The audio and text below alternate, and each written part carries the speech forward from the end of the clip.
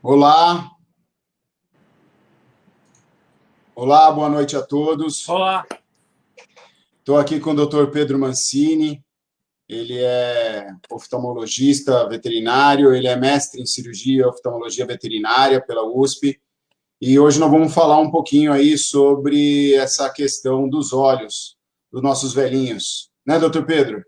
sim, tudo bem, Renato? Muito obrigado pelo convite, é uma tremenda honra para mim.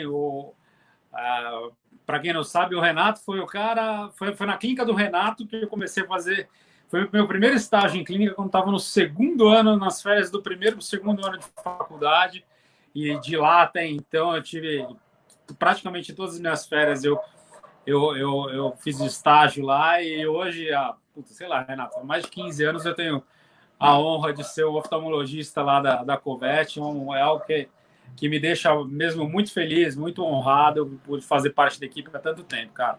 Não, que Então, é isso, mais uma Pedro. vez, muito obrigado pelo convite. É Não, uma eu que honra tenho, dividir, irmão, juro para você. Não, eu que tenho a honra, porque o Pedro, dentro dos profissionais de oftalmologia em São Paulo, ou talvez até na Grande São Paulo, foi um dos pioneiros aí na cirurgia de catarata.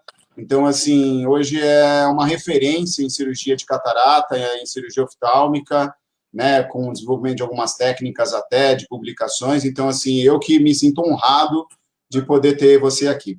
Vamos falar um pouquinho desses olhos aí, Pedrão. Me dá um olhar um pouco diferente aí desses nossos amigos. O que, que você tem para nos dizer aí? Me dá essa, vamos dizer, essa luz aí, né?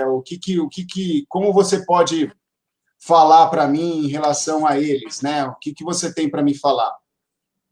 Olha, Renato, assim, a gente tem muita diferença entre cachorro e gato, que são os pacientes que a gente atende mais.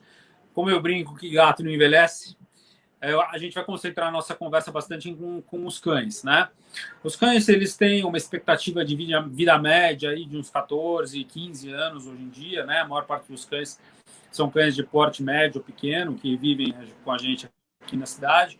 Então, muitos deles acabam desenvolvendo catarata, que, vamos dizer assim, metade delas tem uma origem senil, por conta da idade, né? A partir dos 9 anos e pouco de idade, mas muitos também acabam tendo essa catarata por outros motivos, né? Onde são por problemas congênitos, por problemas genéticos, hereditários, e outros secundários, né? Essas cataratas secundárias a problemas traumáticos, inflamatórios, diabetes, enfim, N outros motivos que nem sempre tornam essa catarata uma catarata operável, né?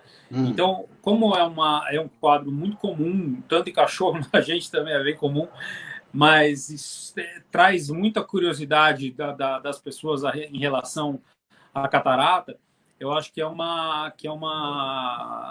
assunto bem legal para a gente poder falar, para deixar as pessoas cientes do que está acontecendo, cientes de o que pode acontecer com um paciente cataratoso, ou até mesmo quando não é um paciente cataratoso, né, para deixar tudo bem mais fácil de visualizar o futuro, vamos botar dessa forma, né? Entendi. Ah, E me então, fala um pouco, como você vê essa questão do olho, né? Desses animais aí. Me fala um pouco mais, então. Qual é a principal afecção hoje que a gente tem realmente em relação aos olhos dos cães idosos? Vamos começar por eles, eles é o que é o nosso maior interesse aí. olha, assim, Olha, assim, o. peraí, Calma aí.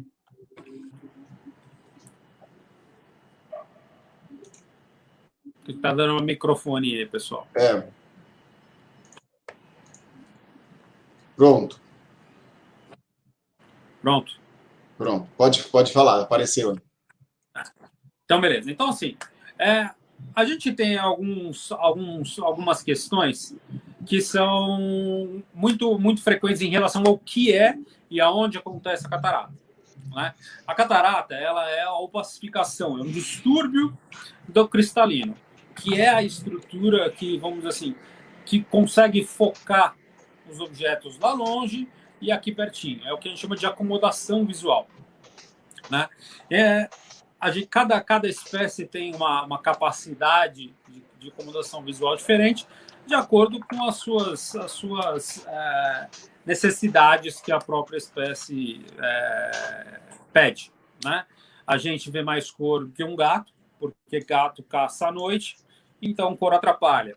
O cachorro tem uma visão relativamente semelhante com a nossa, não sem conseguir identificar tantos matizes de cor, porque esses matizes para ele não interessam, e a gente enxerga muito menos cor que um beija-flor, por exemplo, que cor é tudo para eles, para identificar quais são as plantas que estão com néctar e por aí vai. Então, assim, cada espécie se identifica, tem uma visão que se identifica para as suas necessidades. Basicamente, a estrutura dos olhos são quase todos para eles, para os mamíferos são praticamente iguais, né? Para os mamíferos são praticamente todos iguais, não para todos os vertebrados, por exemplo. Aves têm olhos com construções, vamos dizer assim, muito diferentes, muito particulares. Mas como a gente vai, de novo, ficar aqui em cachorro, a gente tem um olho muito parecido com o nosso. Então, a imagem que vocês estão vendo na tela, a gente tem um raio de luz entrando no meio do olho e batendo num disco meio acinzentado, com um desenho meio opaco. E isso reflete como se fosse um sol naquela camada laranja atrás. E essa camada laranja atrás é a retina. A retina esse é o comentário de idoso. Tá? É um filme da máquina. Né? Hoje em dia, a galera mais nova nem sabe o que é filme da máquina, porque é tudo digital. Mas, basicamente, é quem enxerga o cristal, é quem enxerga de verdade. Porque todas as outras estruturas dentro do olho são câmeras, são lentes. Elas só levam a imagem de fora até a retina, que, de novo, é quem vai transformar essa energia luminosa, vai fazer uma estimulação, essa energia luminosa vai estimular e produzir uma reação química que vai gerar uma reação elétrica, que é o que o cérebro entende, né? Não é por isso, mas é um dos motivos pelo qual a oftalmologia, o modo Borogodó, é legal demais e é muito complexo. Mas, enfim. A catarata acontece justamente nessa maior lente que a gente tem, que é o cristalino. É onde está, vamos dizer assim, refletindo esse sol. Esse distúrbio que eu falei para você, basicamente, é quando você pega uma estrutura extremamente organizada e perde toda essa organização por N motivos. Tá? Aumento, você tem quebra na parede das fibras, você tem uma desorganização de todo o equilíbrio osmótico das fibras. Então, basicamente, é como se você tivesse um vidro, um cristal, que de repente ele começasse a fraturar pouco a pouco e ficar todo embaçado. Então, essa é a construção e a evolução de uma catarata, né? Até nesse estágio que nem vocês estão vendo aí no desenho, onde a luz é jogada para tudo que é lugar, menos para onde deve, evoluindo até um ponto que passa, literalmente ela trava, e tudo que o cachorro, ou até a gente, consegue fazer é enxergar um claro quando está tudo escuro, se bate uma luz. Ou se você está num ambiente muito claro, passa alguma coisa, você vê como se fosse uma sombra. Entendeu? Essa parte da cegueira que tá longe da situação ideal da gente operar, por exemplo. Legal, legal. E assim, o cachorro idoso, né? Talvez até uma pergunta antes disso, que às vezes os clientes perguntam, tudo mais, é sobre como o animal vê, né? Se ele vê colorido, se ele vê focado, se ele vê desfocado. E aproveitando, falando um pouco mais em relação até à mesma catarata, quando a gente pensa num animal com catarata, ele não vai estar enxergando 100% a sua visão, vai ter um pouco de, realmente, aquela nuvem, né? Vamos dizer, meio embaçado.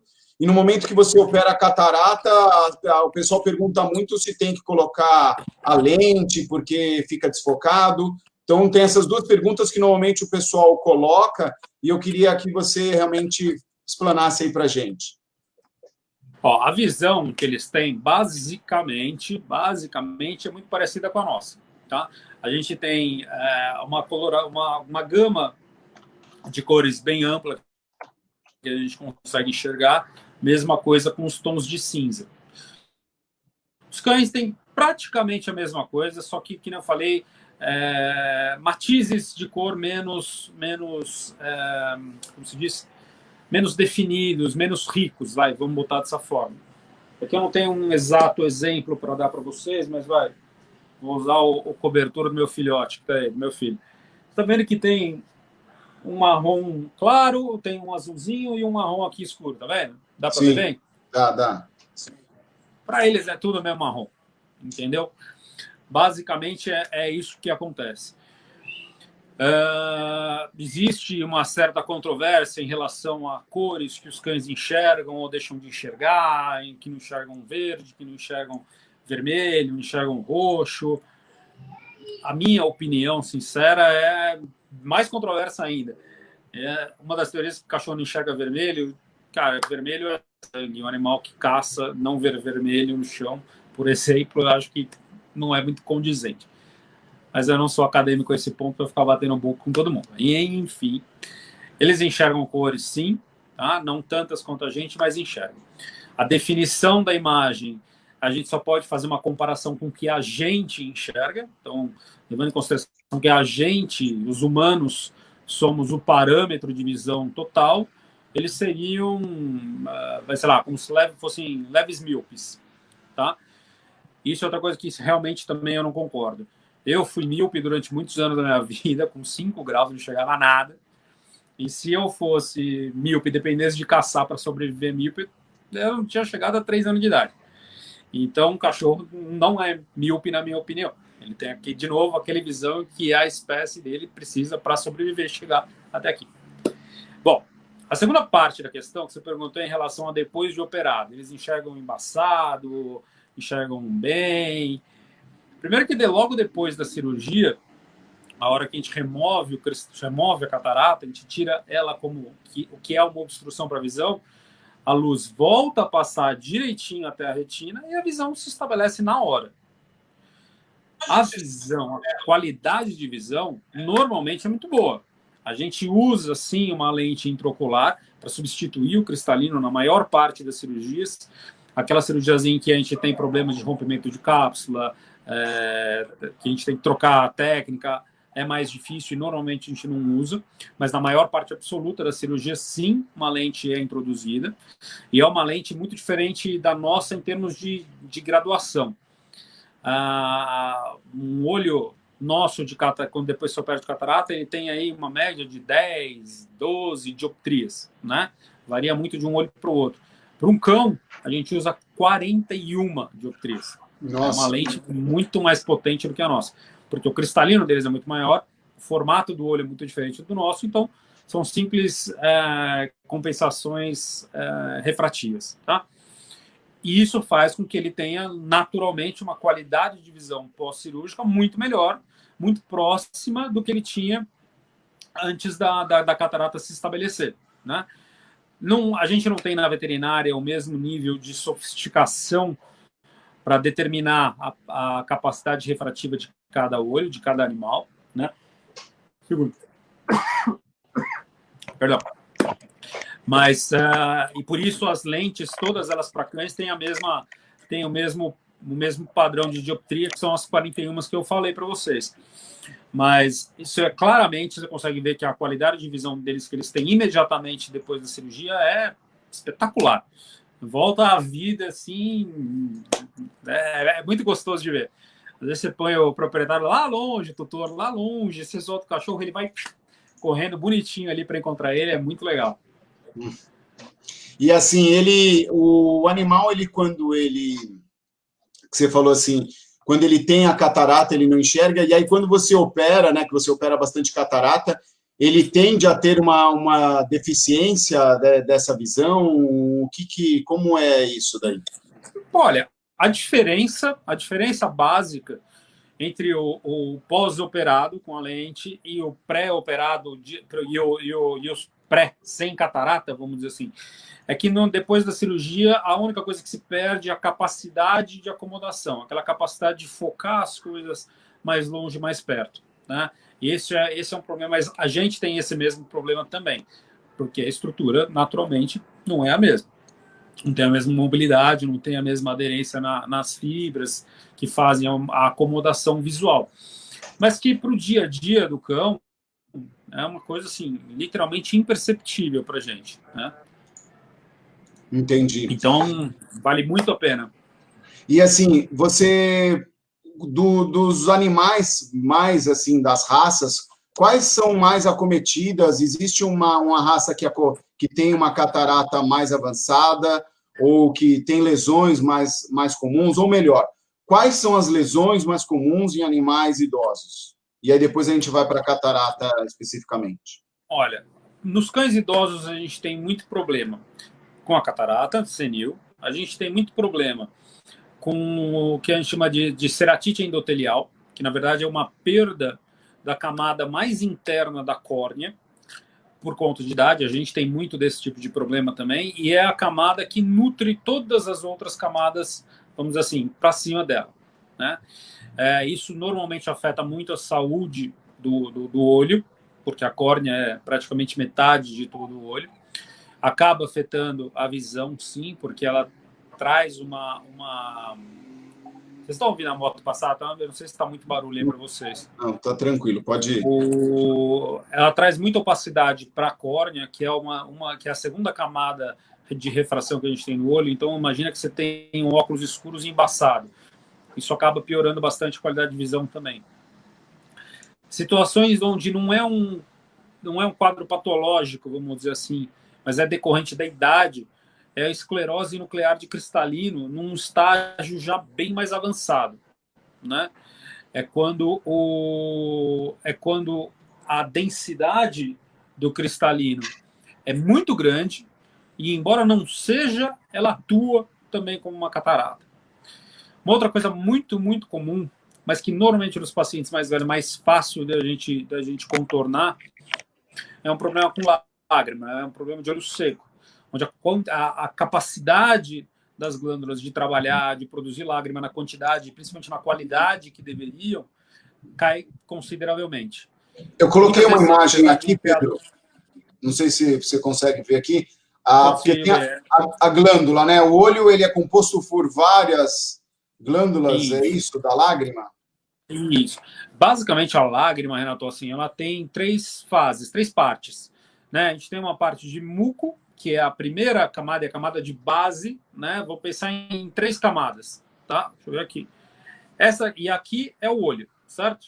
Tá. Essa primeira camada que encosta no olho é a camada de muco. Ela alisa a superfície da córnea. A segunda camada, mais grossa, é a camada de água, tá? A fase aquosa. E por último, a gente tem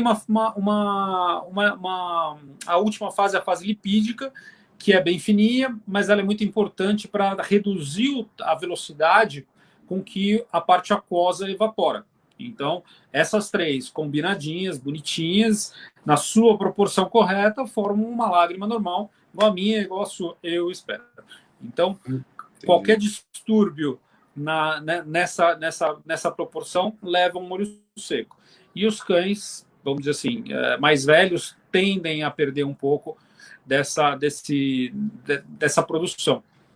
Que normalmente é um processo, embora não seja uma doença do olho seco, onde uma reação inflamatória esteja envolvida, a gente precisa, que nem eu brinco, eu preciso dar um tapa na bunda dessa glândula aí para ela voltar a trabalhar. Então, existe a medicação que a gente usa para doença do olho seco, a gente acaba usando para eles, porque ela acaba estimulando uma produção lacrimal maior para fazer essa compensação. Então, é um tratamento super fácil, geralmente é temporário, e a gente volta a ter uma qualidade, um conforto com lágrima, assim, de menino, né? Tá. E assim, existe raças, pelo menos a gente pega muito na clínica, raças tipo Shih Tzu, Pug, que são os bracocefálicos, né?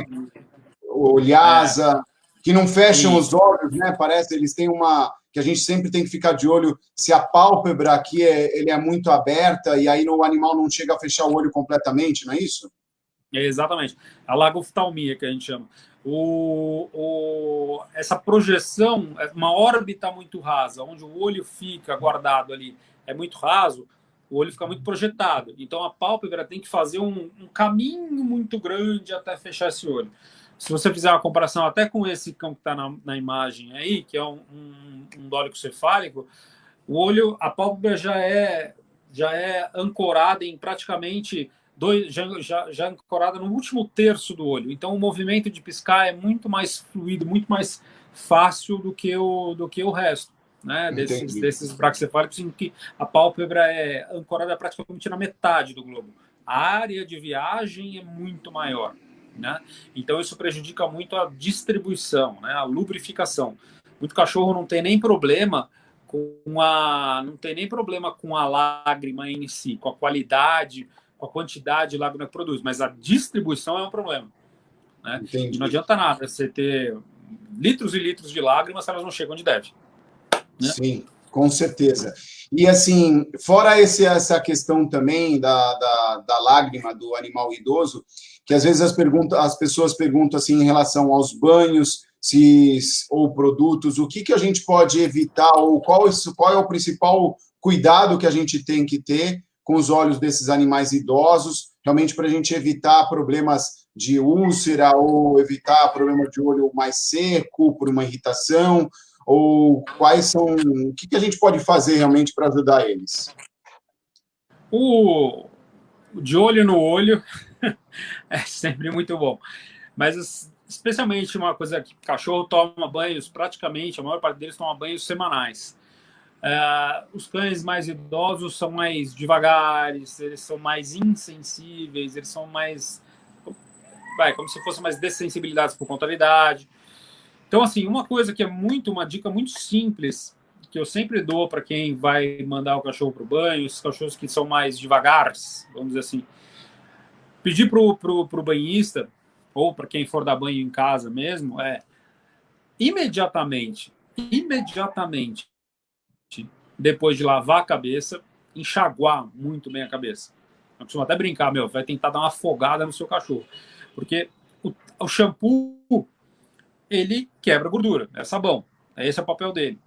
A córnea, a primeira camada da córnea é uma camada lipoproteica, uma camada com bastante gordura. Então, ela vai causar um desconforto muito grande desse shampoo agindo nessa gordura que tem, nessa gordura, entre aspas, na primeira camada da córnea. Então, para que isso não aconteça, o shampoo, a hora que cai, ele já é lavado, enxaguado em grande quantidade. E aí, a gente tem um conforto pós-banho ótimo, diminui muito a chance do cachorro conseguir se raspar, se machucar, porque, ficou com o olho mais irritado, e aí a vida segue bem, né? Porque shampoo, todo mundo já deve uma vez na vida ter caído shampoo no olho, sabe que é bem desagradável. E embora a gente consiga se conter, vamos dizer assim, na gente... Peraí que tá mostrando uma moto bem chata. Perdão.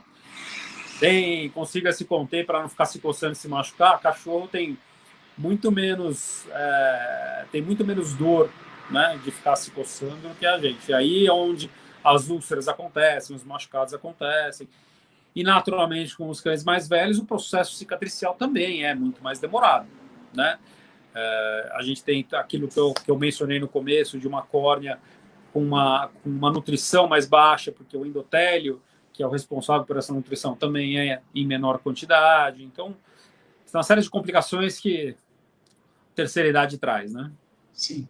Além disso daí, em relação a essas lesões que normalmente no banho e tosa realmente são comuns, eu acho que a grande maioria, dos casos que os oftalmologistas pegam são essas úlceras de córneas, que às vezes até por um mau cuidado ou uma atenção não muito devida, evolui até para a cirurgia, né? Os animais idosos, eles também... O olho, pelo menos nas minhas especialidades, né, que é na gastro, mais na nefro até do que na gastro, ele é muito importante porque ele também traz informações, né, do fundo de olho, por exemplo, que nos ajuda a interpretar um pouco melhor como o animal está como um todo, né? Fala um pouco disso, porque eu vejo muito você realmente, às vezes, atender pacientes com quadros de uveíte ou glaucoma, que depois nós vamos comentar um pouco mais, mas que você vê que já está tendo algum início, porque você viu realmente um fundo de olho, você teve essa percepção de avaliar o fundo de olho de todos os animais, não importa se é uma simples úlcera ou uma simples conjuntivite, né? Me fala um pouco mais sobre isso daí. Porque, assim, olho dói, né? Tudo que acontece dentro do olho, em termos inflamatórios, dói. E, às vezes, a úlcera que o cachorro tem não é um trauma, vamos dizer assim, simples porque ele estava correndo e bateu em algum lugar.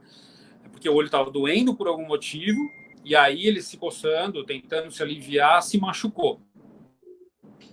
Então, assim, examinar fundo de olho, mensurar a pressão intraocular, tudo isso dá pistas do que pode estar acontecendo. A retina todo mundo fala, a retina é a janela da alma, né, que todo mundo fala. Dá para dizer que a retina também é bem a janela do corpinho, porque muitas alterações que você tem no organismo, você enxerga na retina. Animais com hipertensão arterial sistêmica, com problemas de sangue, que a gente chama de discrasia, o nome é horrível, né? Detesto esse nome, discrasia sanguínea, parece que você está falando a palavra errada, né? Mas que tem problemas com coagulação, por exemplo, você pode ter sangramentos intraoculares, mesmo que discretos, isso entrega infecções bacterianas, por exemplo, com Ehrlichia, com Babesia. Isso leva a uma inflamação, que aí você vê íris edemaciada, congesta, pressão muito baixa, né? O oposto de um glaucoma, num processo inflamatório, numa uveíte, tem inflamação. A uveíte é uma inflamação da úvea, que é a parte vascular, vamos dizer assim, do olho. Se você tem uma uveíte muito grande, a pressão do olho é muito baixa, e se essa inflamação se agrava muito, ela causa algumas alterações intraoculares que tampam o trabeculado, que eu brinco, que é o ralo do olho, e aí acontece o contrário, de uma pressão baixinha, vai lá para cima e ganha um glaucoma de presente. Presente bem ruim, diga-se de passagem. Então, assim, a avaliação do olho não para naquela primeira lesão que a gente encontra. Tem sempre que eu brinco de catar pelinho em ovo, porque é aí onde se esconde o segredo das coisas, né? Sim, não, eu vejo que é muito importante essa avaliação, acho que até o clínico geral hoje em dia esqueceu de fazer essa avaliação da parte do olho em si, né, do fundo de olho, né, o famoso fundo de olho, vamos fazer uma avaliação do fundo de olho, e isso daí eu acho que se perdeu, e ali você ganha muitas informações quando realmente você avalia o animal como um todo, né. Falando agora um pouco dos animais idosos, né, continuando, o glaucoma, né, até vamos aproveitar aqui que está essa imagem desse olho aqui, só para ilustrar lá atrás o que você tinha dito, né? Então, aqui você vai falando aqui, eu vou apontando, mas a córnea é isso? A córnea é isso, exatamente. Aí os nossos, vamos dizer assim, as estruturas chave ligadas no processo do glaucoma. O espaço que existe entre a córnea, na base dela, e a íris. Né? Ele faz esse movimento. Deixa eu ver. Isso, aí onde está. Isso é o que a gente chama de ângulo irido-corneal, o ângulo que existe entre a íris e a córnea, onde existe aquele trabeculado que eu falei, que eu brinquei, que é o ralo do olho. Imediatamente atrás da íris, né? A gente estava aqui a córnea. Deixa eu ver onde está, vocês estão vendo aqui direitinho no vídeo. Aqui é a íris e aqui a córnea. E imediatamente atrás dela fica a úvea e o corpo ciliar. Ali ele produz o humor aquoso, que é um ultrafiltrado sanguíneo, que é o que nutre basicamente toda a metade anterior do olho. Certo? Certo. Se o que é produzido na parte de trás da íris não é drenado na parte da frente, a pressão tende a subir. Isso é o glaucoma. Na verdade, assim, o glaucoma é a doença crônica em que você tem a degeneração do nervo óptico lá no fundinho. Só que, praticamente, em cães, quase sempre, obrigatoriamente, a gente tem um problema com a pressão intraocular que é muito alta. Na gente, em humanos, você tem alguns quadros que não são nem tão raros de você ter glaucomas com pressão consideradas normais, né? Mas em cachorro, isso, sinceramente, eu nunca vi. E normalmente em cachorro, quando essa obstrução no ângulo de drenagem acontece, questão de 2 dias, a gente já tem uma pressão de 40, 50, nada raro ter pressão de 60 milímetros de mercúrio, onde o normal que a gente leva em consideração para a maior parte dos cães fica numa faixa de 12, 15 até mais ou menos 25, e dependendo do nível de contenção e estresse do cão na hora da mensuração, a gente até 28 a gente consegue considerar normal, né? É que a gente leva em consideração outras partes na avaliação, que nem a gente falou antes. Pupila, está dilatada, está contraída, nervo óptico está escavado, está normal, está abaulado, calibre de vaso, uma série de sinais clínicos são observados para fechar a situação. Mas quando você pega de cara e aquele olho estufado, super dolorido, bem aumentado de volume, uma pressão acima de 40, batata. É um glaucomão que eu falo que eu tenho que chegar para dar a notícia do sinto muito, porque a gente já não tem mais o que fazer a não ser aliviar a dor, né? Então, glaucoma não tem... Não posso dizer que glaucoma não tem tratamento, não tem solução. A reversão da visão, não. Na verdade, o glaucoma em cachorro eu não tenho essa estatística, mas em humanos, salvo engano, é a doença que causa a maior cegueira no mundo, tratável, né? Catarata, sinceramente, eu não sei te falar se entra nessa situação, mas com certeza é uma causa de cegueira reversível, causa de visão terminal a visão, glaucoma, se eu não me engano, acho que ainda deve ser o maior motivo de cegueira no mundo, entre a gente, né? Entre os humanos. Entendi. Então, eu não sei se essa imagem... É que a imagem está pequena aqui atrás, eu não estou conseguindo passar direito as imagens, peço desculpa a todos, mas esse olho aqui é um olho que está possivelmente parece um olho glaucomatoso, muito demasiado, muito congesto, a córnea está bem cinza, né, bem opaca, e bem na parte do fundinho ali você vê como se fosse um sedimentado branco, né? Aqui, isso deve ser um hipópio, que é uma coleção de células inflamatórias que é muito comum de se encontrar num glaucoma, numa inflamação grave que normalmente acaba levando para um glaucoma. Entendi. Não, isso é importante porque às vezes as pessoas não entendem a importância da gente pegar as patologias antes delas piorarem, porque às vezes eu vejo casos de glaucoma que você mesmo até passa, eu passo para você e você infelizmente dá essa notícia triste, né, de ter que tirar o olho, né? Porque às vezes chega num momento que necessitamos realmente fazer essa retirada desse olho, né, por causa de um glaucoma grave. Quando a dor é incontrolável, ou a gente tem, sei lá, às vezes é muito comum a gente ter glaucoma em paciente de 3, 4 anos de idade. E cachorro que tem mais de 10 anos de vida pela frente. Então você pensa, é um olho cego de forma irremediável, né? E você tem que ficar usando colírio 2, 3 vezes ao dia por 10 anos, 5 anos que seja. São colírios, mesmo se você precisar e conseguir comprar só os genéricos, mesmo assim são colírios caros para manter, sem contar a preocupação que você fica constante de, putz, o cachorro está com dor, se eu vacilar, perder um horário, o cachorro vai ter dor, a pressão pode subir a qualquer hora, pode ter recidivas inflamatórias que aumentam a dor. Aí, realmente, a gente tem que chegar nesse extremo de recomendar a enucleação, recomendar tirar o olho para o bem, tanto do cachorro, como eu falo, para o resto da família. Porque é triste, é difícil dar uma notícia dessa, difícil passar esse cenário para a pessoa, mas é que eu sempre digo, cara, quando eu preciso fazer uma enucleação no cachorro com glaucoma desse jeito, eu prometo que o dia seguinte da cirurgia é o melhor dia da vida do cachorro. Ele vai estar feliz, né?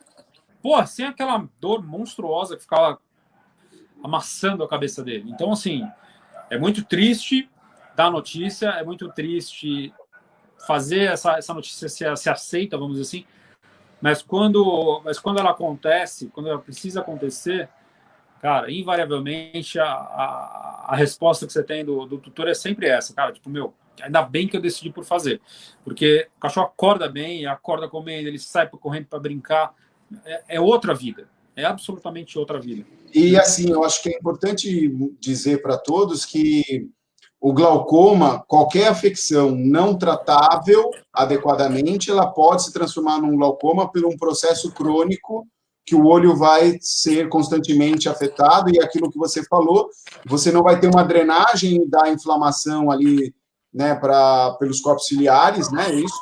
Se não estiver errado. Isso. E aí você vai ter... Não. O corpo ciliar é onde tem a produção. É no ângulo irido-corneal em que ele é drenado. Drenado. E se você não tem essa drenagem, você gera o glaucoma, e aí realmente é num estágio mais avançado de qualquer patologia ocular que não foi tratada adequadamente. Correto? Correto.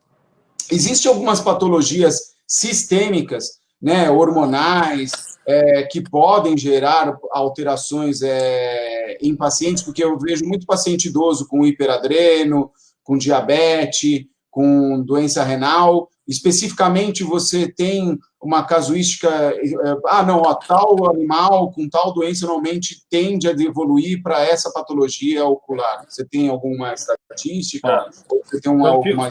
Os campeões... Olha, uma estatística certa mesmo, Renato, eu não tenho para te dar. Sinceramente, eu nunca parei para levantar os meus dados, até uma coisa que uma boa ideia, acho que até é legal fazer isso. Mas, assim, o campeão dos diabéticos, vou te falar que, por baixo, 60% deles acabam desenvolvendo uma catarata diabética. Desses, uns 30%, 20% a 30% acabam desenvolvendo uma uveíte facogênica, uma catarata induzida pela catarata, né? Não, peraí. Uma inflamação induzida pela catarata, perdão. A catarata induzida pela catarata é ótimo, né? Uma inflamação induzida pela catarata, que, embora seja uma coisa comum a praticamente todos os animais que têm a catarata, nos diabéticos essa inflamação tende a ser muito agressiva. Muito agressiva a ponto de a gente praticamente não conseguir controlar. Eu tô cuidando de uma que tá lutando forte, tá difícil, mas a gente está conseguindo. Mas esses são os campeões. Os pacientes com hiperadeno também são muito frequentes, tem muito problema com o aumento da pressão intraocular, pelo aumento no calibre dos vasos, tem sangramento intraocular, muito olho seco, aquela projeção do globo, que eu brinco, que é o olho de lesma, né, que os cachorros ficam, ele chega no quarteirão antes do cachorro. Isso é muito comum. Muito animal com hiperlipidemia tem uma aglomeração que a gente chama de hialose asteroide, são literalmente gotículas de gordura que vão se acumulando no vítreo, na parte de trás do olho, que por muita sorte do cão tem o mesmo índice refrativo, ou seja, não atrapalha o cachorro para ele enxergar até ele desenvolver uma catarata, porque aí a inflamação natural que o procedimento cirúrgico causa acaba, vamos dizer assim, maximizando essa opacificação e acaba virando um problema. Então, assim, pacientes hipertensos têm, que eu já falei, os sangramentos intraoculares, escoamentos de retina, sangramentos que até tem uma foto depois para mostrar para vocês de um cão com uma pressão batendo 230, literalmente um sangramento espontâneo dentro do olho, de tão alto que é esse sangue bombando para dentro do olho. Então, assim, problema hormonal é terrível e tem muita consequência para o olho. Na parte de doenças infecciosas, eu nem vou dizer para você que o campeão é a erliquiose, mas dos diagnosticados, a erliquiose é a campeã. E ele normalmente, a erliquia gera normalmente a uveíte ou não necessariamente? Normalmente ela gera uma uveíte muito grave.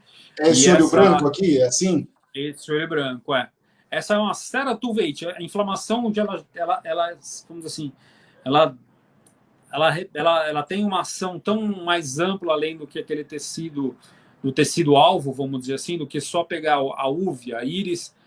Os efeitos deletérios da inflamação acabam afetando a córnea, afeta a retina, afeta a coroide, esclera, enfim.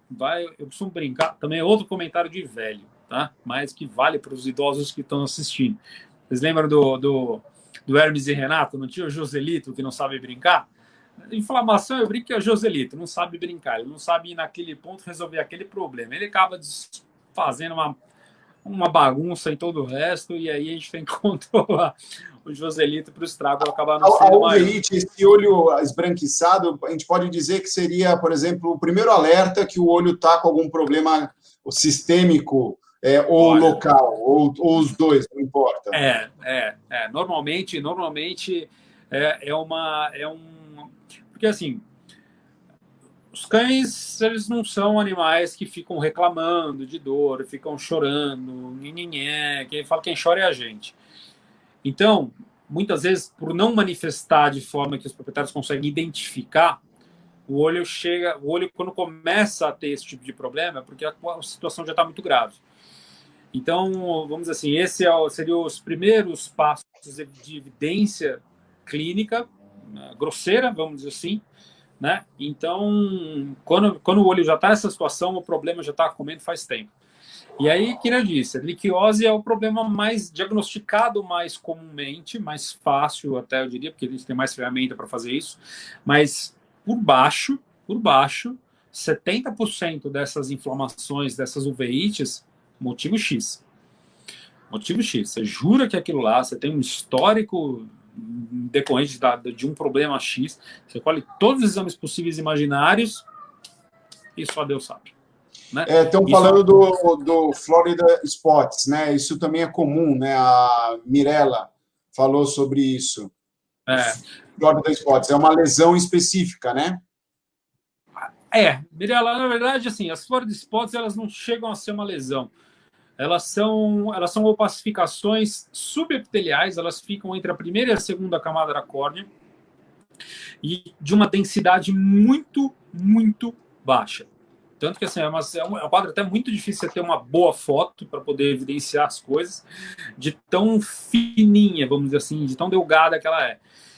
Essa é uma, como é que eu vou dizer assim, é um quadro bem intrigante, né, para veterinária, porque é um quadro em que eu brinco que a gente sabe tudo que não é.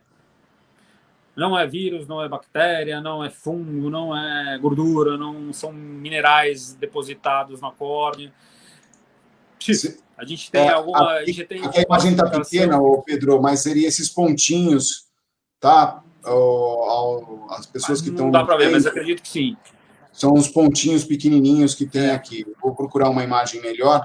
É porque a gente teve um problema no PowerPoint aqui para apresentar, então peço desculpas aí em relação às imagens, tá?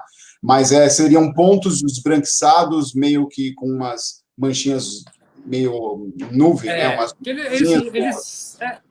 Eles geralmente têm um ponto mais denso no meio e ela é bem difusa, bem... Mas isso não causa nenhum problema para o animal, né, Pedro? Absolutamente nenhum. Tanto de saúde para a córnea, quanto para a visão. Tanto que, normalmente, se não tiver nenhuma catarata, nada do tipo, a gente consegue enxergar a retina pela fundoscopia com uma facilidade total. Literalmente como se aquilo nem existisse. Um dos quadros mais vamos dizer assim, engraçados, entre aspas, é que isso é um dos raros quadros em que cão e gato têm a mesma coisa. E cachorro e gato, eu falo que a única coisa que eles têm semelhante entre eles é que eles vivem mais ou menos no mesmo ambiente, mas são animais, assim, de espécies completamente diferentes, né? Então, a ideia disso é que é uma opacidade X, sem nenhuma repercussão para o olho, tanto saúde quanto visão, e de causa... A gente chama de Florida Spots, a história é legal isso daí, né?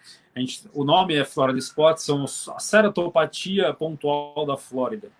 É o nome oficial da coisa. Porque eu esqueci o nome do veterinário que fez a descrição disso daí, é o cara mais papa de toda a oftalmologia, que está vivo até hoje, esqueci o nome dele, agora tem um livro dele, 2 tomos desse tamanho. E ele disse, ele mora na Flórida, e ele fez a descrição da doença e tal.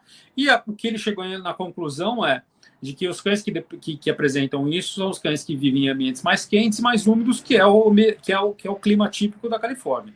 Isso a gente tem muito comum aqui no Brasil, e eu sempre brinco, né? No Brasil a gente tem 15 minutos de inverno, vídeo hoje, que é um dia que a gente está em dia 12 de junho, está um calor tremendo, né? E umidade varia muito de um lugar para o outro. Mesmo São Paulo é quase um estado inteiro, só a cidade tão grande. Então eu tenho muitos pacientes que são lá da região por exemplo, da Guarapiranga. Quase todos os cachorros de lá têm essas Florida Spots. Você pega os cães que moram aqui na região da Vila Mariana, dos Jardins, onde esse microclima é mais seco, é mais difícil de encontrar. Embora também não seja algo excludente. Tem muito cachorro que eu brinco que é criado dentro de um aquário e desenvolve a Florida Spots, né? Então, assim, é um quadro bem X para a gente, né? Mas e não causa, deixar claro que também para quem não é veterinário que está nos vendo, que não é nenhum problema, só tem que ser identificado, porque às vezes você fica preocupado com aquelas manchas que apareceram no olho, e aí você tem que realmente procurar um veterinário para ver se é Florida Spots ou se tem alguma outra coisa diferente, né? Que pode ter algumas lesões que fazem essa pigmentação? Tem. A gente pode ter distrofias de córnea, pode ter degenerações de córnea, a gente pode ter membrana pupilar persistentes, a gente pode ter cicatrizes, pode ter cicatrizes por exposição crônica. Cara, motivo para a córnea ficar opaca não falta. Então, assim... Isso é importante, a gente entender o papel do veterinário, o papel do especialista, realmente, em dar essas informações adequadas para os nossos tutores, para ter realmente uma qualidade de vida e de saúde melhor para esses pequenininhos, né? Tem mais perguntas aqui, né? A Clínica Pet me fez uma pergunta, e quando a lágrima fica muito densa, tem alguma coisa, existe isso, da lágrima ficar muito densa, e o que pode acontecer, eu acho que se for um entupimento do ducto, ou não tem isso, a lágrima não fica densa, como é que é isso? Não, o que eu estou acostumado a ouvir em relação à lágrima muito densa, na verdade, é o problema da doença do olho seco, a ceratoconjuntivite seca, né, que a gente trata muito comumente como olho seco. A lágrima, que nem eu falei para vocês mais cedo, tem essas várias camadas, e essas camadas, como é que fala? Fora da sua proporção, antes de virar aquela massa seca, elas vão piorando de forma bem gradativa e geralmente muito lentamente, né? Às vezes mais de ano para isso virar um olho seco clássico, né? Horrível. Então, nessa fase mais inicial, ela fica mesmo mais grosseira, ela fica mais viscosa e, naturalmente, acaba sem conseguir escoar para o nariz e boca do jeito que deveria, né? Então, quase que um gel que se forma, normalmente é o anúncio de um olho seco, já em desenvolvimento. Né? Entendi. E aí, realmente, de novo, tomar cuidado, porque esse olho seco pode gerar úlceras mais frequentes e outras patologias, porque você diminui toda uma imunidade intraocular, etc., que aí o animal pode ter as conjuntivites, né, e essas afecções, não? Isso, e muitas vezes, inclusive, a própria visão, porque de acordo com a agressão que a córnea sofre, com essa falta de lubrificação que a gente tem num olho seco, o olho vai querer se defender. Mesmo que seja uma coisa dele contra ele mesmo, ele vai querer se defender. Então, ele acaba criando como se fosse uma camada acima da córnea, como se fosse um escudo. E isso, inevitavelmente, afeta a qualidade de visão. É como se, sei lá, literalmente como se você botasse um escudo na frente do olho. Então, a falta de tratamento, o tratamento inadequado para um olho seco, acaba, sim, levando a uma perda visual, que, se tratado depois corretamente, consegue ser revertido, né? Mas é um negócio que dá um baita no trabalho, demora um baita no tempo, sim. Não é o tratamento mais barato do mundo, mas se o proprietário se aplicar e tiver uma boa orientação, o resultado vem. Né? O resultado vem e o resultado é muito gratificante, vou te falar. Entendi. Tinha tido uma pergunta da Mirella também lá atrás, que ela perguntou quando que dá para a gente fazer uma triagem para saber se o animal precisa ou não de cirurgia. Agora, eu não sei se, como passou um pouco mais as perguntas, eu não sei se é referente à própria úlcera ou se realmente é sobre o glaucoma. Em relação à úlcera, acredito eu, né, Pedro, que o momento de fazer cirurgia é quando medicamentosamente não está tendo a cura ou tendo a melhora da úlcera, e aí você tem que fazer uma cirurgia de recobrimento da terceira pálpebra ou de transposição conjuntival, não é isso?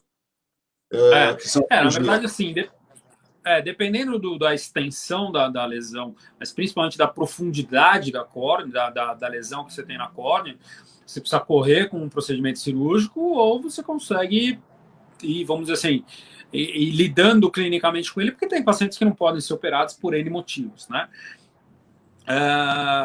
Uma coisa que, assim, a maior parte das pessoas não sabe, mas a córnea é uma estrutura muito espessa, muito grande, muito comprida. Ela tem meio milímetro. Então, assim, é uma estrutura ridiculamente pequena. Então, a gente tem, vamos dizer assim, pouca área para errar. Então, assim, se a gente tem uma lesão que, principalmente que ela é mais profunda, o ideal mesmo, quando o paciente consegue ser operado, ele tem a capacidade de ser operado, e o proprietário também consegue cuidar, enfim, pode bancar a cirurgia, a gente faz a cirurgia de recobrimento com a terceira pálpebra, a cirurgia, cara, eu adoro, acho fantástico, resolve 90% dos problemas. Aquelas que são mais graves, que são mais, vamos dizer assim, trazem mais risco para o olho, a gente precisa fazer as cirurgias de enxertia, pode ser conjuntiva, própria córnea, membranas que a gente pode usar, membrana miniótica, membrana serosa, tudo isso para preencher, literalmente, eu falo, não é uma úlcera, já é uma gruta, né, que você leva 3 pessoas para ver as estalactites lá dentro. Então, tudo isso a gente faz para garantir a estanqueidade do olho e que, quando ela cicatrize de forma a manter o olho com a espessura original o mais próxima possível dessa espessura original para dar segurança, para seguir a vida bem e não passar o resto da vida preocupado que, putz, o cachorro vai bater o olho e pode perfurar de novo, né? Então, assim, as técnicas cirúrgicas são várias que a gente tem disponíveis, nem sempre todas são aplicáveis a cada um, porque depende da condição que o olho chega na mão, né? Tem situações em que, o olho está infeccionado e não dá para você fazer grande coisa. Não dá para você querer passar fios de sutura dentro de uma córnea contaminada, que você só vai piorar esse processo infeccioso. Então, tem que lançar a mão daquilo que você tem do olho que te apresentam na hora, não tem jeito. Sim. Em relação ao glaucoma, eu acho que você já tinha até respondido que o momento certo de operar um glaucoma é quando realmente você não consegue, com os medicamentos, parar aquela dor, parar aquele incômodo que o animal está tendo, né? Então, eu acho que é isso, em relação ao glaucoma. O momento certo de operar o glaucoma, fazer, infelizmente, a enucleação, seria isso. Isso. A melhor hora, né? É que é uma emergência, é um quadro... Agora que praticamente a maior parte das pessoas não consegue identificar que começou a acontecer. Vai perceber quando o bicho já está com muita dor, ele já está muito inchado, enfim, quando a desgraça está cometida, vamos botar dessa forma, né? Mas o que eu imagino também que a Mirella ter perguntado, Renato, é em relação a quando você vai avaliar, por exemplo, uma catarata que a gente começou a conversar. Sim, até aproveitando a catarata, a pergunta do Lucas também, se todo animal vai ter catarata na vida, né? Se tem um jeito de evitar isso. E sobre a catarata também, qual o exame que podemos fazer no animal para sabermos o quanto ele está enxergando, né, com aquela catarata e etc. Se existe alguma coisa disso. Aproveitando que você ia falar da catarata de novo, tem essas 3 perguntas correlacionadas. Olha, não é todo cão na vida que vai ficar cego ou que vai ter catarata. Na verdade, a minoria absoluta passa por isso. O que acontece num olho saudável, normal, de um cão que vai envelhecendo é o desenvolvimento, é a esclerose de cristalino, que é a nossa vista cansada. A diferença é que o cão tem um cristalino muito mais volumoso do que o nosso, um volume de fibras muito maior do que o nosso, então isso afeta eles muito mais do que a gente. E a aparência é muito semelhante com uma catarata sem necessariamente ser. Não é todo mundo que vai ficar cego. A catarata não tem como você evitar. Uma catarata senil, você pode tentar trabalhar contra ela utilizando basicamente antioxidantes, né? Essa era uma linha de estudo do meu orientador no mestrado, o Dr. Paulo Sérgio de Moraes Barros. Mas assim, você tem que fazer isso de forma muito, muito contínua e cronicamente, né? Tem que ser muito consistente para fazer essa evolução. E a maior parte das pessoas não tem essa dedicação toda, né? Porque a coisa crônica é fácil de você esquecer no meio do caminho. Mas não tem como você evitar uma catarata. O ideal se nada aconteceu até os 8 anos de idade, a visão é normal. Quando você vai passear, o cão tem segurança no caminho que ele faz, ele não se bate, ele não tropeça da calçada para o asfalto. Quando ele não bate o focinho, toma aqueles sustos de encostar o focinho, mesmo que devagar em alguma coisa, uma planta, no saco de lixo, alguma coisa assim, você não assusta de repente com qualquer um, em qualquer situação, são sinais, que esses são sinais de uma baixa visão. Se nada disso acontece até os 8 anos de idade, aí o recomendável é, do mesmo jeito que com a gente, né? Anualmente você passa no oftalmo para saber se essa catarata tem alguma chance de uma catarata senil se desenvolver, se tem alguma outra alteração em retina, em nervo óptico, em pálpebra, em córnea, mas enfim, depois dos 8 anos de idade, o recomendado é que anualmente você faça esse check-up ocular. E aí qualquer coisa que você pegar, a partir daí, sempre digo, o tempo não é nosso aliado. Conforme eles vão envelhecendo, mais rápido você tem que fazer as coisas, porque menos tempo para frente você tem, piores são as respostas, piores são as inflamações, mais trabalho dá e por aí vai. Sim. E a gente tem, assim, a catarata, ela começa a partir de uma determinada idade e também tem a catarata juvenil, né? Mas existe uma idade específica e a catarata juvenil ocorre quando o animal tem alguma doença específica, não é isso? As cataratas juvenis, elas são até uns 7 anos de idade, acho que eu não lembro exatamente como é que fala, a classificação exata, mas assim, as cataratas até uns 7 anos de idade, a gente considera entre ali congênita, hereditária e tal, que, na minha opinião, nem faz lá muita diferença descobrir do que é. Desde que a retina esteja bem e o resto do olho também, beleza, a resolução tem a mesma saída. E aí isso pode acontecer com 6, 7 meses de vida, nascer com catarata, que é extremamente raro, mas pode acontecer. Você pode ter isso com 2, 3, 4, 5, 6 anos de idade, isso é bem normal. E aí depois, quando eles são mais velhos, a partir dos 10 anos. A minha experiência é que, assim, a gente tem uma divisão bem boa, em que 60% dos meus pacientes que eu opero de catarata tem entre 6 e 8 anos. E o resto tem entre 12 e 14. Né? Então, assim, a maior parte dos meus pacientes é mais novo mesmo, tem entre 5 e 8 anos e aí sim, problemas hereditários, problemas congênitos, raramente inflamatórios, e aí, lógico, entram também os diabéticos, né? Sim. Que são mais novos. Em relação vamos entrar então agora, estamos chegando quase no final aí, já de uma hora quase passada, vamos entrar um pouquinho agora, então, passar rápido. Vamos entrar um pouquinho na catarata. É que quando o assunto é gostoso, a gente realmente fala bastante, né? E ainda mais eu sei que você é apaixonado pelos olhos deles aí, eu sei o quanto é gostoso realmente falar quando a gente ama o que a gente faz. Em relação à catarata, né? Você falou do procedimento, né? Eu sei que você faz o procedimento por Phaco, tem 2 técnicas, hoje eu acho que só Phaco se faz, né?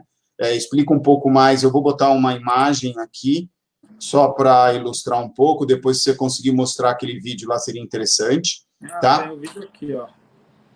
Se quiser dividir a minha tela... Ó, eu vou só mostrar aqui é um esquema, depois o Pedro mostra a cirurgia dele. Um pedaço do vídeo. Aí o que vocês estão vendo na imagem é basicamente, né, um olho cortado no meio para demonstrar a imagem, e essa ponteira roxa que entra é a ponteira do Phaco, que a gente chama, né?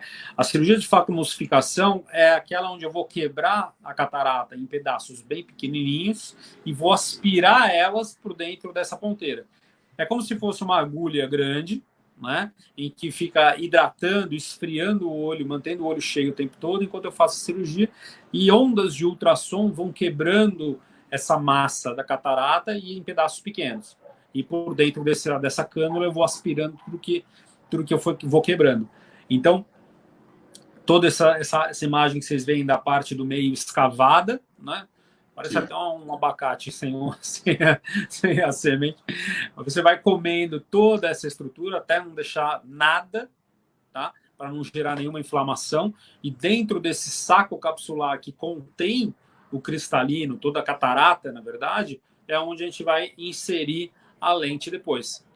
Né? Entendi. Você quer tentar passar o vídeo? Pode passar. Para mostrar um pedaço? É bem rapidinho? Me mostra aí que eu libero a imagem aqui, aí eu passo o vídeo. Já, teoricamente já tá aí. Você consegue abrir? Não chegou, Pedro. Tenta mandar de novo.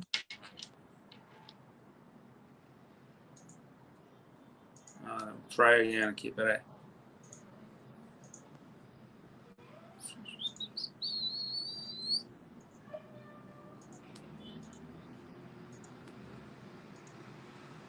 Agora sim.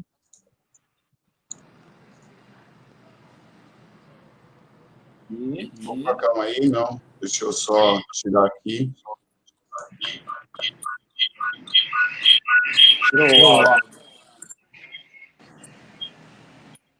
Ainda não apareceu na tela, só a apresentação, é só você do computador.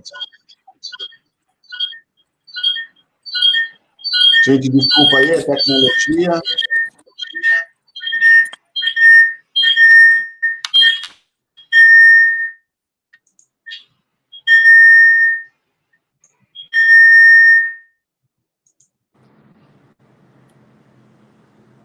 O vídeo não começou. Ué. Ainda não.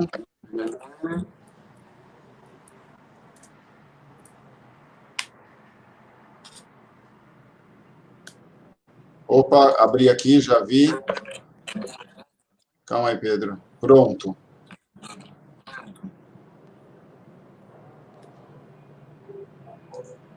Pronto, está aberto aí, Pedro. É só rodar. Aqui vocês podem ver, o Pedro vai explicar um pouco, mas aqui é um olho e aqui é o aparelho de faco que o Pedro usa, que o doutor Pedro usa, é o procedimento cirúrgico aí. E aí o Pedro agora vai falar um pouco mais aí sobre essa cirurgia aí.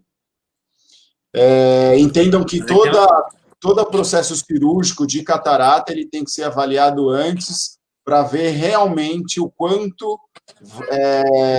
essa cirurgia pode ser feita no paciente, porque às vezes tem animais que não adianta fazer por N motivos, um deles é a retina, porque não vai ter nenhum ganho, a outra vezes é a infecção, às vezes até o animal, por ser muito agitado, né? Então, porque querendo ou não, um movimento pós-cirúrgico ou um tratamento não feito com os colírios, realmente pode ser prejudicial ao olho, então tudo isso é importante, tá?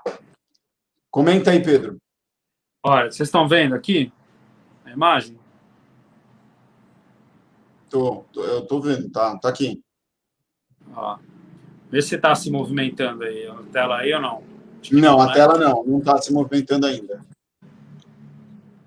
Tá, provavelmente vai trocar, tem que trocar a tela. Ah, peraí. Outra coisa importante é a gente entender que normalmente a cirurgia de faco ou de catarata normalmente não ocorre nos dois olhos, não é isso, Pedro? Sempre faz um olho e depois o outro, não é isso? Um olho de cada vez. Um olho de cada vez. Tá? Pronto, Pedro, agora sim. Pronto. Agora sim, acho que se colocar o play aí já roda, sim. Isso. Vocês vão ver aqui essa ponteira amarela, né, quebrando o cristalino em pequenos pedaços e essa haste de aço que a gente chama de chopper é um gancho que ajuda na manipulação da catarata para a gente ir comendo o cristalino em pequenos pedaços. Né? Vocês estão vendo como é uma estrutura que vai se movendo lá dentro? Ele vai aspirando, né? Ele vai aspirando. Tudo que quebra em pequenos pedaços, a gente vai aspirando. Está vendo a fratura que deu agora na peça? Sim, sim. E aí essa peça eu vou comendo de pedaços em pedaços. Né? Aí, eu vou cortar a imagem aqui, tá? Tá. Se quiser colocar qualquer outra imagem aí na tela, que já tá dando certo aí, pode colocar. A gente vai... Aí eu vou botar... a imagem para vocês verem a inserção da lente. Tá? Aqui ela entrando dentro do... Peraí, que não está aparecendo ainda para vocês, não. né? Peraí.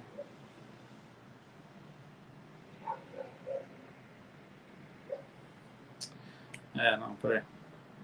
Tem que pegar a manha da coisa aqui, peraí. Tecnologia. Tecnologia é idoso é o negócio, eu vou te falar. Viu? Caiu a imagem, Pedro, depois manda de novo, porque caiu a imagem. Eu só estou vendo a sua... Tá. Não, eu estou vendo a sua... entrou de novo. Pronto. Entrou de novo? Entrou, tá aí. Tá na tela. Então, aqui, depois de removido todo o cristalino, a gente está inserindo a lente, que ela vem toda dobrada por essa ponteira aí transparente. E encaixar ela dentro do saco capsular, onde antes eu tinha catarata opaca, e agora eu vou ficar com um meio totalmente transparente. E esse fundo prateado, esverdeado aí que vocês veem no fundo, é a área tapetal dos cães. Olha, ela vai se abrindo, né, a lente. Ela vai se abrindo. Tá? Muito bom. Agora a imagem está aqui em loop para vocês verem bem como é que é essa inserção da lente. Esse é o mesmo procedimento que se faz para gente, se faz para cachorro, é tudo exatamente a mesma coisa. Tá? Mudam de novo só o grau da lente. E a não colocação da lente... você falou bem, o grau... nós temos que ter algum... É diferente esses graus ou não? E se eu não colocar lente, né? Ou hoje em dia não tem mais isso? Todo animal tem que colocar lente? Não, inicialmente, todo cão a gente põe a lente. Né? Inicialmente, sim. Se alguma coisa durante a cirurgia impede isso daí de, por exemplo, um rompimento nesse saco capsular que eu falei, ou o cristalino saindo da posição em que ele está, ele fica sem a lente. O que normalmente acontece é que a visão muito imediata dele fica um pouco mais comprometida. Mas a visão a média e longa distância fica praticamente, vamos dizer assim, não vou dizer ficar normal, mas é o suficiente para ele levar uma vida bem boa. Tá? Só não é o ideal. Oi? Tá. Não, só para todo mundo entender, o que o Pedro tira da catarata é isso daqui, ó, o cristalino, tá? E aí o que ele introduz dentro da córnea, né, através daquela caiu de novo a imagem, Pedro. Através da cirurgia, né, que ele introduz a lente, ela substitui o cristalino. Então ocupa aquele espaço e ajuda o animal a ter uma visão melhor, né? Que é isso daí, ó. Aqui aspirando de novo a catarata, né? Que é o cristalino, e aí depois, realmente, ó, tipos de cataratas. Fala aí, Pedro, um pouco mais desses tipos aí. Na verdade, desculpa, não era para entrar de cortar a tua explicação. Não, Pedro. Não.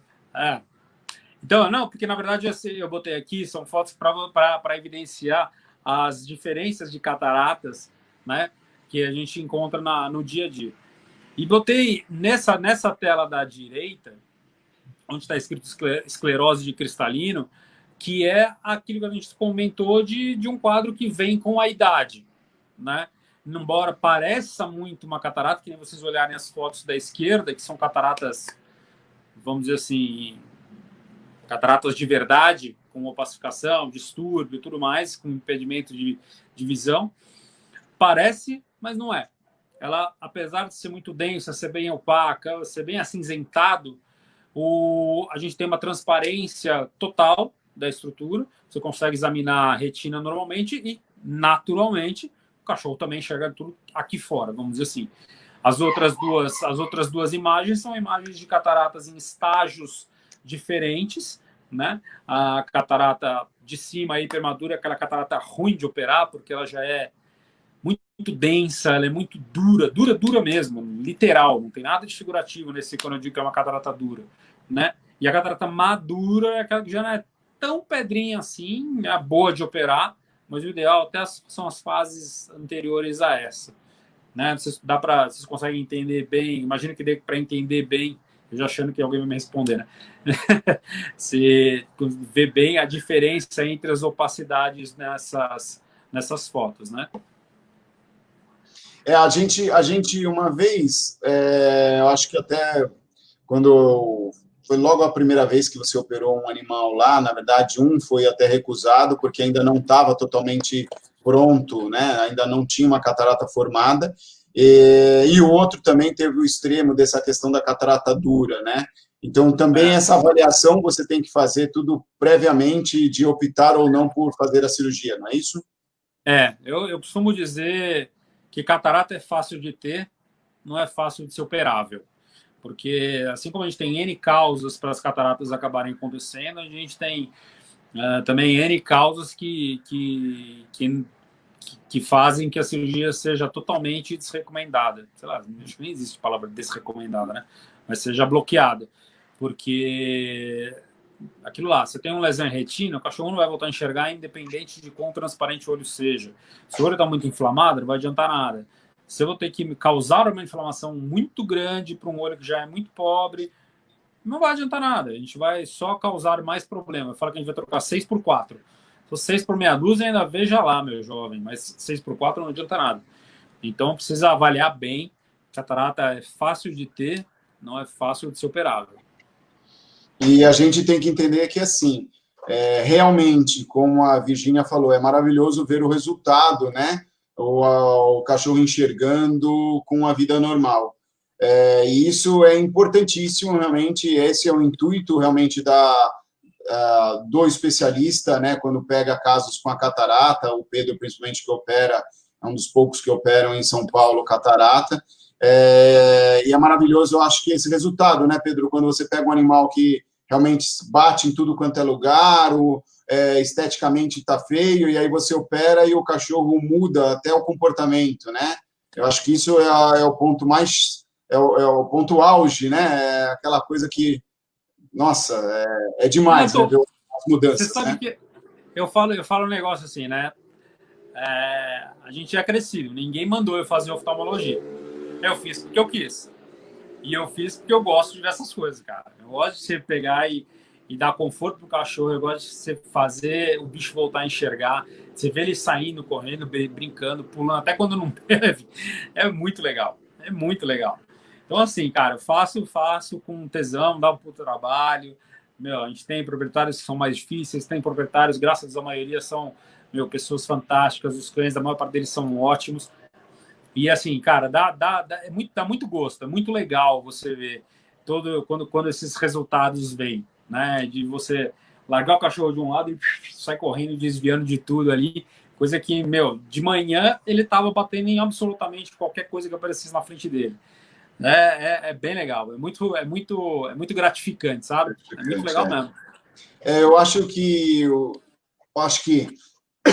perdão, o que a gente quis mostrar aqui, primeiro, pedir desculpa realmente para essas questões tecnológicas, né, que poderiam ter sido melhores, mas os computadores sempre gostam de aprontar conosco, mas é mostrar, assim, a importância de você olhar o seu animal idoso a partir dos seus 6 anos, 7 anos, com um olhar diferente, né, fazer avaliações realmente oculares com um pouco mais frequência, principalmente se o seu clínico não consegue ter essa visão oftalmológica, né, de olhar o fundo de olho, ter essa expertise. Então, tem os oftalmologistas para isso, porque tudo que você pega preventivamente, você consegue fazer um tratamento ou fazer realmente um atendimento preventivo, você ganha lá na frente com o seu animal, você ganha na saúde dele, você ganha na qualidade de vida dele. Deixar uma coisa bem clara, não existe remédio que diminua a evolução da catarata, né? Colírios que são colocados como, não, vou pingar esse colírio porque vai me atrasar a catarata. Eu acho que a primeira coisa que o Pedro, quando ele foi lá na clínica, Pedro, me fala aí, fulano de tal. Renato, não existe colírio, senão quem inventasse estaria bilionário, né, Pedro?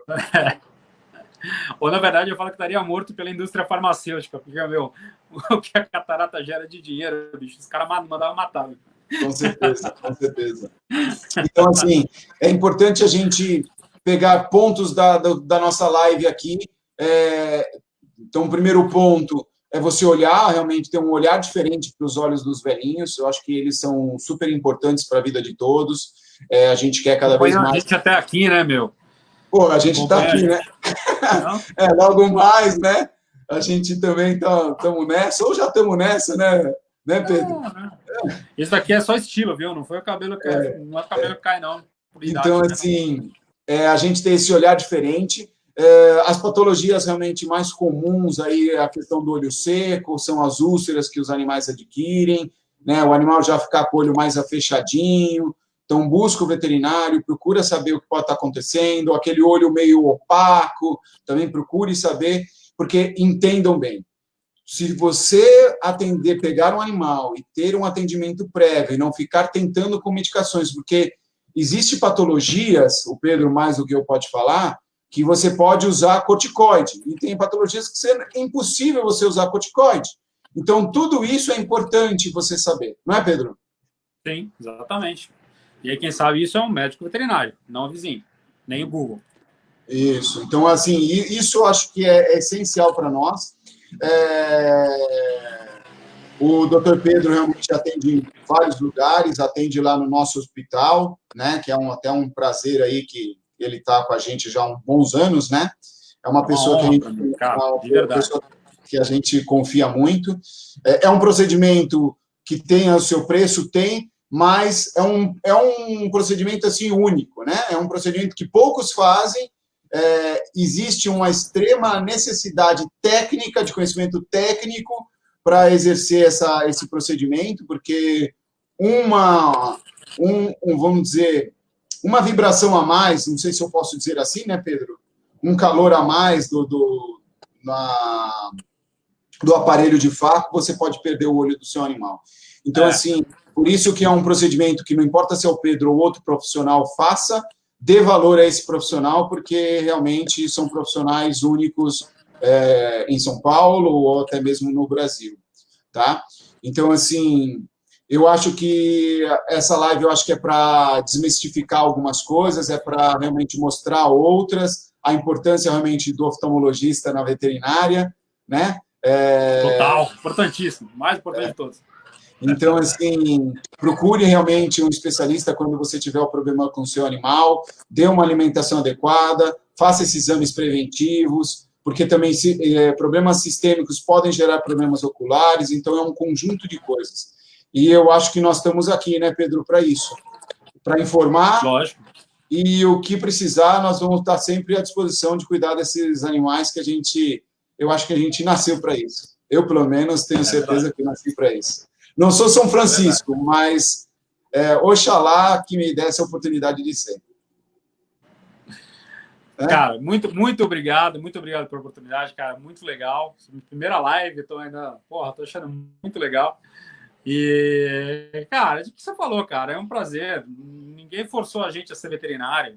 Eu não tenho veterinário na família, você não tem veterinário na família, seu pai não era veterinário. Então a gente fez, porque ama o negócio, cara. A gente só chegou onde a gente chegou porque a gente gosta do que a gente faz, porque a gente se dedicou muito para o que a gente faz. Você falou, a cirurgia é cara? Cara, a cirurgia é cara. Por quê? Porque equipamento é caro? Equipamento é caro pra caceta. Material é caro pra caceta, mas muito mais caro foram as horas e horas e horas e horas e horas e horas treinando aquela bagaça até ela sair bem, né? Sim.